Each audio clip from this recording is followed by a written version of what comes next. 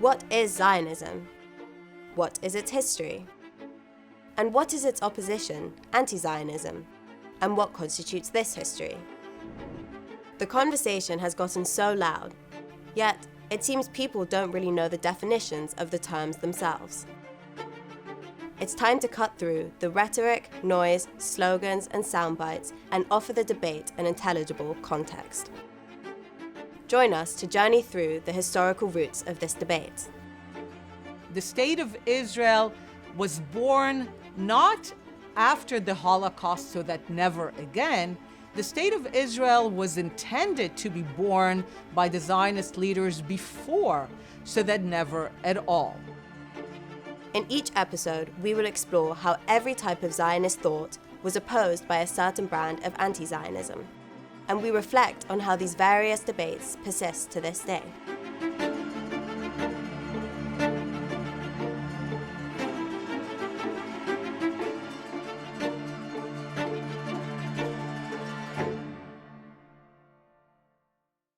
Hello everybody, and welcome to episode 1 of Zionism and Anti-Zionism, the history of two opposing ideas. I have the great pleasure of being here today with Dr. Wilf, who is a leading thinker on Israel, Zionism, foreign policy and education. She is also a former member of the Knesset, the Israeli parliament.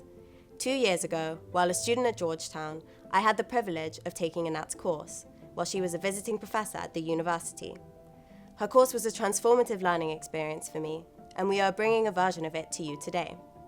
In recent years, it seems that Israel, Zionism, the Jews, and the Israeli-Arab conflict are somehow brought to the center of all arenas. The conversation is unavoidable. From Hollywood, to Congress, to campuses, to sports, to publishing, you name it, it's there. And yet the relevance isn't always clear. The topic provokes such intense emotion, and yet sometimes it's hard to know why. Often, we don't know what it is we're talking about, and so instead, we continue to talk past each other. Zionism and anti-Zionism. Before we champion one cause or the other, shouldn't we begin from a precise definition of what these terms mean? Otherwise, isn't the conversation pointless? Stick with us over these next 5 episodes to cut through the noise and to understand the crucial history behind these terms. This series isn't a history on the Israeli-Arab or the Israeli-Palestinian conflict. The history of Zionism and anti-Zionism starts long before these conflicts erupted. The following history is that of how these two ideas formed, and as a result, we might have a better understanding of where we find ourselves today. For our first episode, we begin with the origins of political Zionism in the 19th century. Our first pairing is political Zionism versus emancipation. How did the Jewish people arrive at this moment, at these two different ideas for their future? Here to take us through it is Dr. Wilf. This is the Historical Breakdown.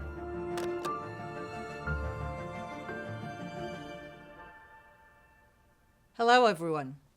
Before we delve into a discussion of Zionism and anti-Zionism, the thing that was most important for me to emphasize when I taught the course in Georgetown was for the students to learn to think like contemporaries. When Zionism emerges as a political idea, as a movement, it is far from being the dominant idea among Jews. There are many other ideas vying for Jewish support. Zionism in many ways was a marginal idea. The problem is that we tend to think of history as inevitable. We know where we are today, and we think that the establishment of Israel, the success of Zionism, were inevitable. We draw a straight line. Herzl had this idea, then people implemented it, and presto, we have the State of Israel. But at every single moment, Zionism was not inevitable. There was nothing about the success of Zionism or the establishment of the State of Israel that was assured. And what I wanted the students to understand is that as they were reading the texts of the contemporaries, they needed to put aside their current knowledge that the State of Israel exists, that Zionism was successful, and to learn to think like the contemporaries, that there are many possible ideas, all of which might actually triumph.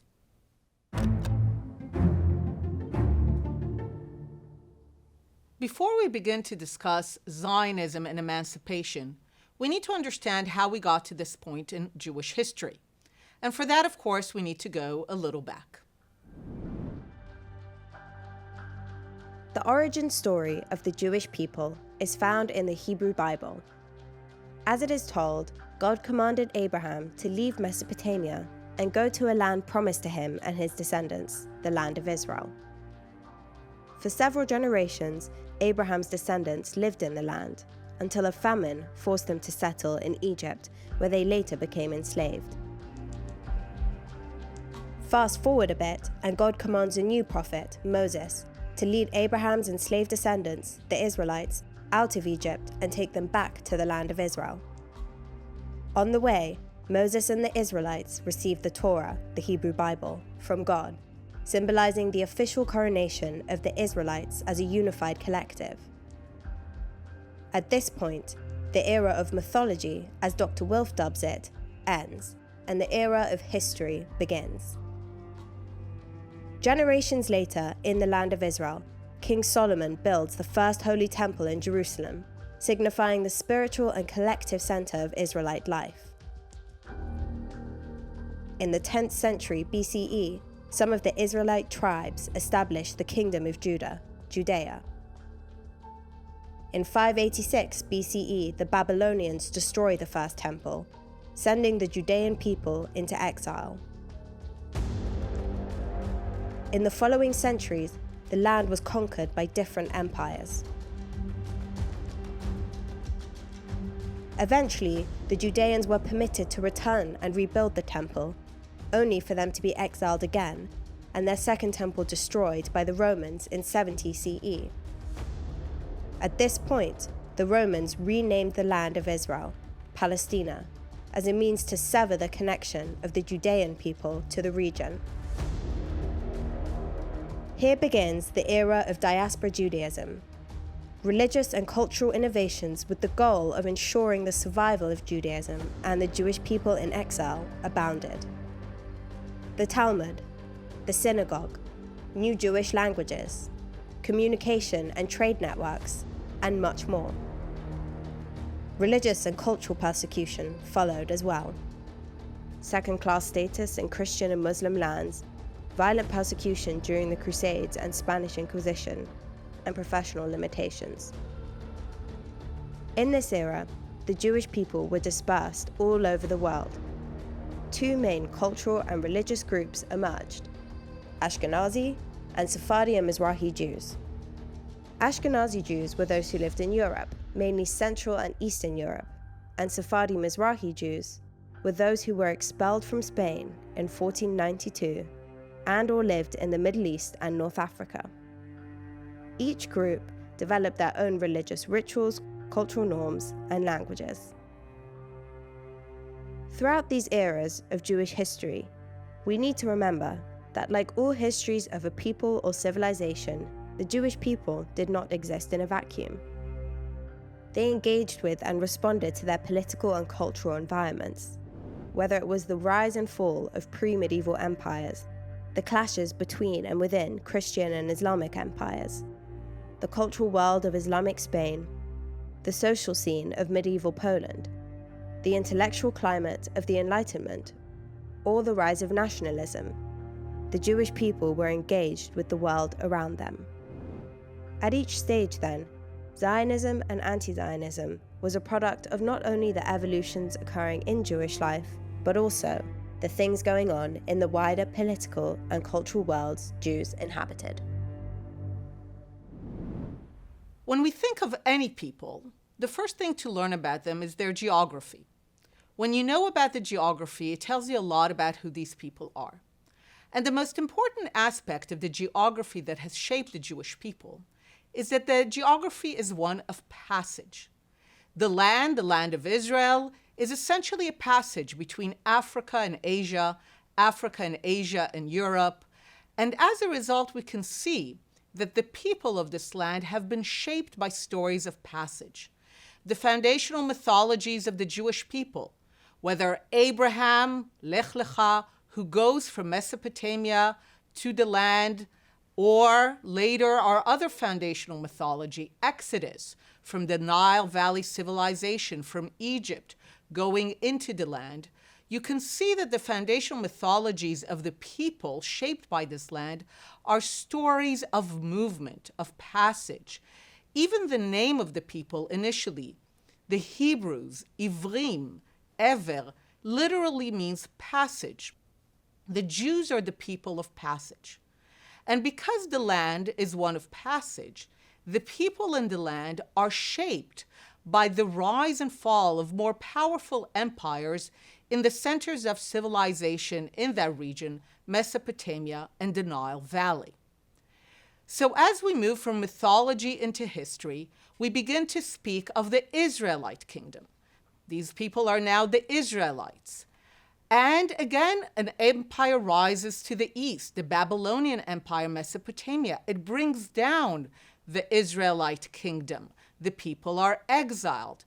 When they are exiled, they sit on the rivers of Babylon. They remember Zion. And then another empire rises. Persia brings down Babylon, brings back many of the exiled. Over time, they established the second Judean kingdom, now called Judea. And then another empire rises to the west. The Roman Empire brings down the Judean kingdom, exiles those people. And just here, I went over 2,000 years of mythology and history that already gives you a sense of who these people are. They are a people shaped by passage and by the rise and fall of empires. During the Roman exile, this is when we really begin to speak of the Jewish people, which in every language except English and French are known as the Judean people, Yehudim, Yehud, Judeo, Judea. So it is understood by the world that the Jewish people are essentially the people of Judea once exiled. Now, given that these people have already been exiled before, that their understanding of themselves is one of movement, that they have an expectation that something will replace the Roman Empire and bring them back to this land. And something does replace the Roman Empire, but it changes the course of history. And that is, of course, the rise of Christianity and later Islam, both who emerge from Judaism and especially from the Jewish idea of the universal God. But what Christianity does is that it untethers the Jewish innovation of a universal God from its connection with the specific tribe of the Hebrews, the Israelites, the Jews. It untethers it from the connection with the people, with the tribe, and with the land, which is what makes the spread of Christianity and later Islam possible. It has been so successful that half of the world's people today are either Christian or Muslims. And both Christianity and Islam develop a somewhat complicated, fraught relationship with Jews who continue to live and refuse to accept the final truth of Christianity or the final prophecy of Islam. Obviously, a lot of Jews converted over the ages. If not, who knows, perhaps there would have been 500 million Jews today. We're only 15 million. Which means that many Jews converted, but the ones who live today are essentially the descendants of those who rejected the promise of Christianity and Islam. As a result, in both the lands of Christianity and Islam, Jews were set aside. And to be a Jew under those conditions, you had a binary choice. You were either in or out. And if you were in, being Jewish was a package. It was a people, a tribe, a nation. You had a covenant with God, common texts and common rituals. So what bound you together as a people was the past and the present. Through the expulsions, through the discrimination, through the misery, was also the idea that you were bound together by a common future. The common future was the one of restoration in the land of Israel to be sovereign again. And then comes modernity. And modernity introduces a whole lot of new ideas. Most prominently, the idea of the citizen, the idea of the secular citizen of the republic, the separation of church and state, the idea that it is people who will choose their leaders rather than rulers being divinely ordained. And there is a question: can the Jews now be brought in? And the answer is yes. The Jews can become citizens of the newly established secular republics and nations of Europe. And this opens the question that will determine the future of emancipation and Zionism, ultimately known as the Jewish question. Can Jews become full, equal, loyal citizens of those new republics? So the ideas of the equality of human beings, the rights of man, the equality of citizens, really erupt on the world stage with the American and later the French Revolution. And as the question emerges, are the Jews in? Can they become citizens? The issue is debated in the French Parliament after the Revolution. And it is a debate on the status of three groups that until that moment were outside Christian society: executioners, actors, and Jews. And the answer is yes, they can now become French citizens. And this is the process that we call emancipation. It sweeps through Europe throughout the 19th century. Jews are given legal equality, equal rights across various nations and states in Europe in the 19th century. They can now become French, German, Italian. They are equal citizens and they partake in the equal rights. And Jews respond to that invitation. They leave the ghettos. They change how they dress. They adopt the languages of the nations, no longer speaking Yiddish. They become French. They become German. They help shape those nations. And it is a moment of promise when you hear about the contributions of Jews to literature, to sciences, to arts. A lot of it is from that moment of emancipation. There is a caveat. And the caveat is presented in that same debate in the French Parliament, and it's presented as follows: to Jews as individuals, everything shall be given, but to the Jews as a people, everything shall be refused. What does it mean? It means that as individuals, as citizens, everything shall be given, everything is equal rights, citizenship. They are individual citizens of a republic, but they can no longer be thought of as a people. So the package that was Jewish life is essentially broken apart by emancipation. Jews are asked to take all the elements that show that they are a collective, a people, a nation, a tribe, and to set it aside. And they can keep individual elements like faith and ritual. And this is the moment that Judaism is reconstructed, you could say even relegated, to the status of religion. The most common mistake made in the West is to think of Judaism as a religion. But the idea that Judaism is a religion is actually a 19th century Western construct intended to fit the Jews into the idea of the secular republic. So the Jews are no longer Jews by nation, they are now French by nation and Jews by religion. They can be French of the Mosaic faith. But we need to understand still that emancipation was a moment of great excitement. The poet Yud Lamed Gordon wrote about emancipation in Russia with the reforms of Tsar Alexander II. He speaks about the fact that the old hatred has been erased, and now it is actually up to the Jews to answer the stretched hand of their fellow neighbors. He calls them to be a man, Adam, a person, when they go to the public square, but to be a Jew at home. The idea that being Jewish, Judaism, is now a private matter, but when they go to the public square, they are a man. They are human beings equal to their French, Russian, German compatriots. And this is the promise of emancipation. Now, emancipation is not anti-Zionism per se. Zionism is yet to be born.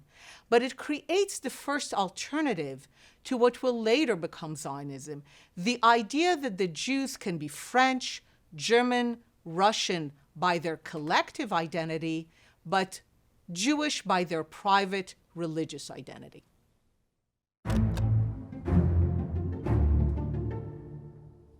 So emancipation creates this great century of promise.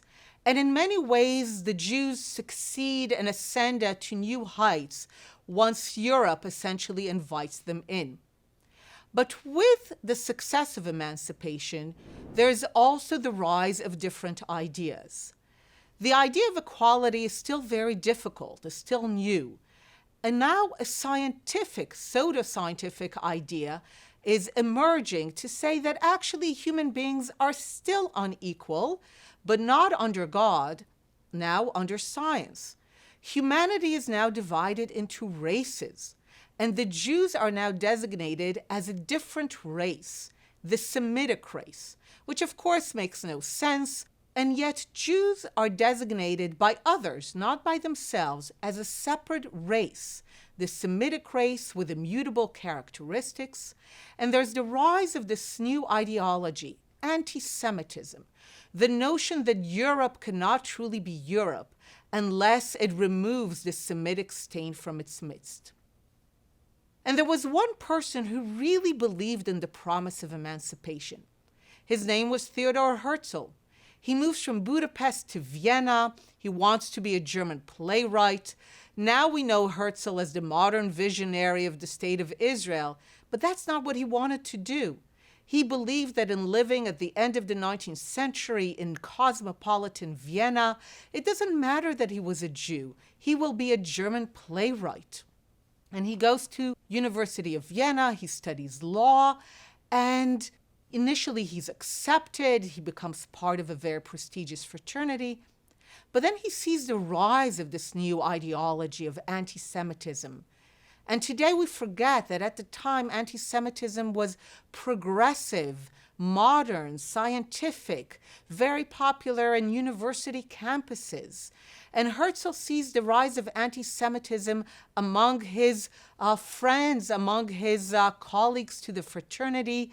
He sees it grip Vienna. He later sees anti-Semitism grip Paris, the birthplace of the Republic and the rights of man. And he says, okay, I got you. You Europeans, you talk the talk of equality. You have beautiful, noble ideals. But when it really comes to treating us as your equals, you can't walk the walk. You just turn around and tell us the same old thing, that we don't belong. So you know what? When we agreed to set aside the idea that we were a people, a nation, a collective as the price of entry, that was wrong. And Herzl declares we are a people, one people. And with that one phrase, he erases a century of emancipation, saying the Jews are a people, no less than the French, no less than the Germans. And since we are a people, and now various peoples are organizing themselves into nations, into states, then the Jewish people have the same right as all these other people to govern themselves by themselves in their own sovereign state, and where else, of course, than the only geography where the Jews ever made sense as a people to which they were ever connected, where they always wanted to be restored, the land of Israel. And this is the birth of Zionism as a political idea. The idea that the Jewish people as a people and a nation can restore themselves once more in the land of Israel as a sovereign people.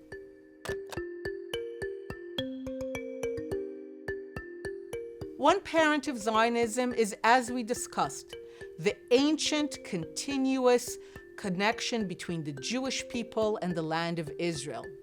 That is one parent of Zionism. But that is not enough, because if the Jews had only continued to wait, to long, to pray, the modern state of Israel would not have come into being. The other two parents of Zionism is one, the sense of betrayal of emancipation, the understanding that Europeans will never let Jews truly be their equals, full members of their nations. And the third parent of Zionism is the rise of the nation state to replace empires. Beginning at the 19th century, the idea emerges that to replace empires, people will be governed by themselves in nation states where they are all equal citizens. And this is Zionism. When Herzl writes Der Judenstaat, the Jewish state, the state of the Jews, he doesn't think Jewish like Catholic or Protestant or Muslim. He thinks Jewish like English, Jewish like German, Jewish like French. The Jewish state, the idea of Zionism, is the idea of a secular state for Jews and non-Jews alike. Now, one of the things that characterizes Zionism, Zionists have very fierce critiques of the life of Jews in what is still at the time called exile, the galut. We sometimes look at these criticisms and it appears very harsh, but there is an understanding there that no less than power corrupts, we all know that power corrupts, what early Zionists understood, that powerlessness corrupts no less, that the need of Jews to constantly ingratiate themselves, to be at the mercy of others, to have others determine whether they live or die, also corrupted the soul. And Zionism, therefore, was also a healing idea. It was not just about being sovereign in their own state. It was also about healing the Jewish condition, allowing Jews to stand upright, to be proud, to be healthy by the fact that they will be living as citizens, just like the French, just like the Germans, in their own country, in their own land. So to clarify the timeline, the Jews were in the kingdom of Judea. The Romans came and exiled them, at which point the land was renamed Palestine. And from there, the Jews don't return until political Zionism and the creation of the state in 1948. Yes, I mean, again, there's a continuous presence of Jews in the land, especially in the four holy cities known as Jerusalem, Tiberias, Hebron, and Tzfat. And over the centuries, there are some ideas and some efforts, but really it's not until political Zionism when there is a real organized and ultimately successful effort to reestablish the Jews. So it's difficult to define the Jewish people, but through what we've heard, we understand that Jews are a nation. Herzl says we are a people, one people, and that Jews have tried in vain to integrate everywhere, but are aliens. Another Zionist, Jacob Klatskin, said the Jewish people are members of one family, bearers of a common history, and that the reason Jewish people in exile resisted total annihilation is because they lived on spiritually as a nation. Yet today it seems that people don't really have this understanding of the Jewish people, and many people refer to Judaism only as a religion, which we've now learned is something that's only a very recent reconfiguration. So all of this to say, how do we best define the Jewish people? The idea that Judaism is just a religion, the way that many people think of religion in the West as something of faith and ritual and maybe some local communal aspect, really fails to kind of appreciate and bring out what Judaism really is, which has this very powerful collective element, the tribe, the people, the nation. It's only under modernity and the establishment of the idea of the citizen in the modern nation state that Jews are basically asked to tear apart, to break the collective identity in order to adopt the collective identity of their nation, France or Germany, and only keep those elements of Jewish life that could fit into those nation states so they can be Jews by religion, but not by nation or people. But I still think the best way of understanding the Jews is first and foremost as a collective identity, and I believe a tribal identity in many ways comes closest. So when we think about the history of ancient Christian anti-Semitism or the persecution that Jews experienced in Europe and around the world, what made them so excited for emancipation? Why were there some Jews who thought this could actually work after so many centuries of being viewed as the other? So the main reason that emancipation seemed like such a promising idea is because it included all these modern notions of the rights of man and the equality of human beings and secularization and the rise of science. The idea was that Europe is breaking with its Christian past. Today, for example, many places in the West, and we'll talk about it, are governed by a branch of Christianity that came much later, that became pro-Israel and pro-Zionist. But early Christianity, precisely because it emerges from Judaism and seeks to supersede it, it has the New Testament, it has the new truth, it has a problem with the fact that there are still Jews who reject Christianity. And Christianity has a theological problem that it needs to explain. It needs to explain why Jews still exist. Now, I know that sounds harsh, but Christianity had to explain that. And the way that they explained it is to create a whole theology that said that the fact that Jews still exist is because they have a role. And the role of the Jews is to suffer. The role of the Jews is to serve as a cautionary tale to their Christian neighbors as to what happens to those whom God has no longer chosen, to those who reject God's Messiah, who reject Christ. So the idea was that it is the role of the Jews to suffer, to be miserable, to be stateless, to be powerless in order to be this effective cautionary tale. And this is why Jews are clearly set apart from Christian society until modernity.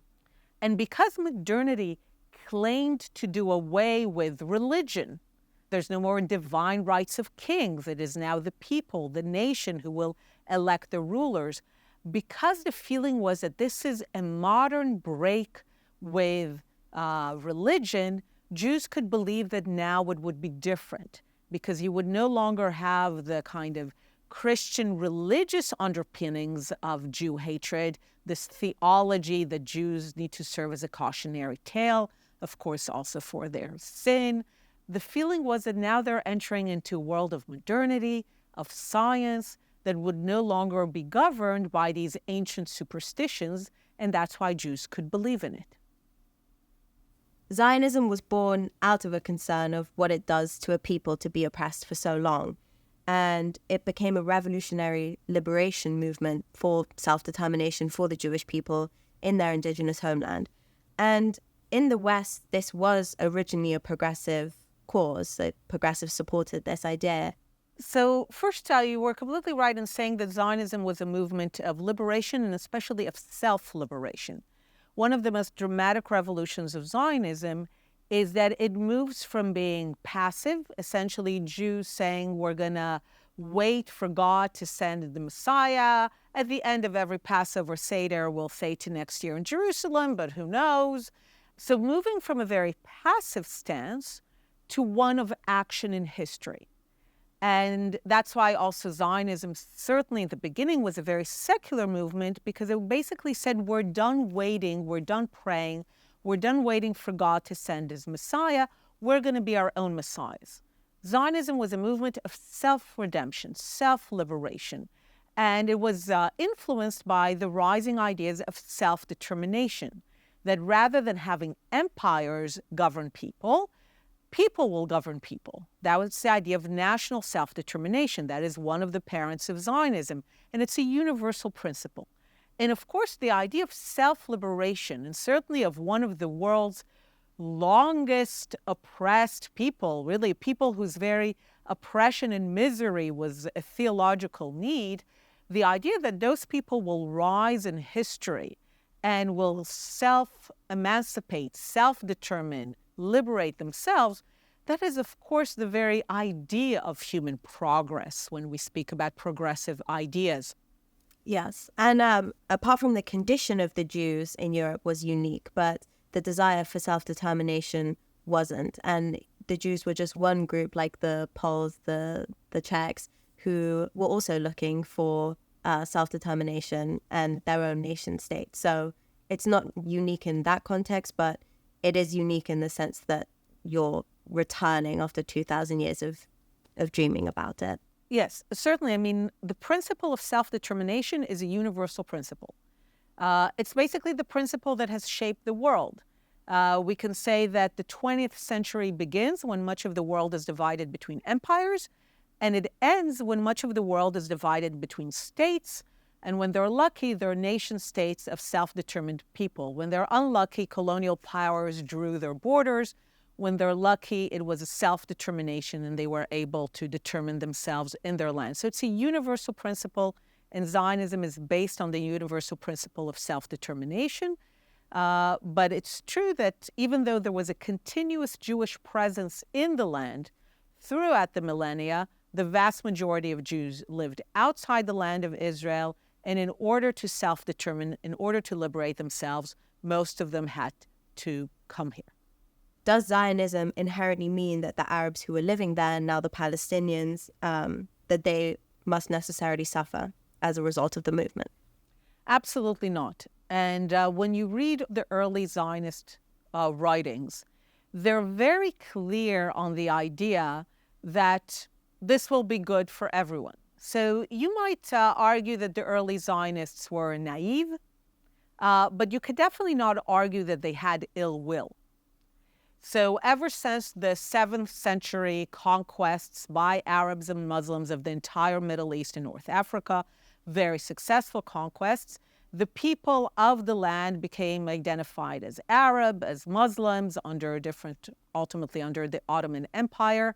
And when Zionism imagines the Jews rebuilding a state, a sovereign state, they understand that a few things have transpired since the last time that the Jews, the Judeans, were sovereign in the land. They understand that there are people who are now Arabs and Muslims, and there is a complete expectation that they will be equal citizens of the Jewish state. This is very much the vision of Herzl, both in der Judenstaat, the Jewish state, and in Altneuland. He believed that precisely because Zionism was not a colonial movement, it didn't come to exploit. It didn't come to take things from a land and bring it back to some metropole. They came to a land which certainly, until fairly recently, had no natural resources, was considered an absolute backwater, was very sparsely populated. It was not a central place of the Ottoman Empire or of the region. It's not Alexandria, it's not Baghdad, it's not Beirut, it's not Damascus. So there's an understanding that because the Jews were coming with good intentions to build, to create, to develop, they will be welcomed. Now, again, you could argue that was entirely naive, but there was no ill will. There was a complete belief that Zionism would actually do good for the inhabitants of the land as well as for the Jews, and that it would liberate everyone. Thank you very much. Thank you, everyone, for staying with us through our first pairing, Political Zionism versus Emancipation. Stay tuned for our next pairing in episode 2. Thank you very much.